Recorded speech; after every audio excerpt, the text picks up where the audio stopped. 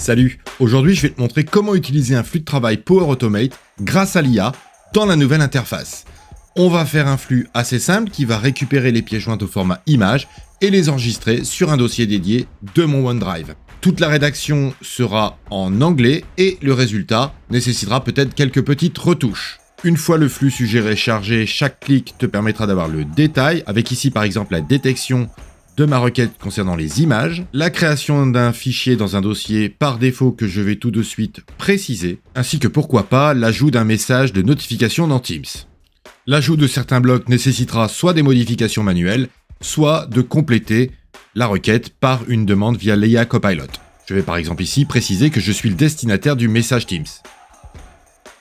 Il faudra néanmoins rester vigilant sur les flux générés automatiquement et opérer quelques petites modifications, afin par exemple de compléter certains champs obligatoires.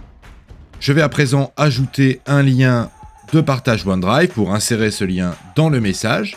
Je vais le préciser à l'IA. Par contre, attention, l'insertion de l'URL dans le message Teams restera manuelle.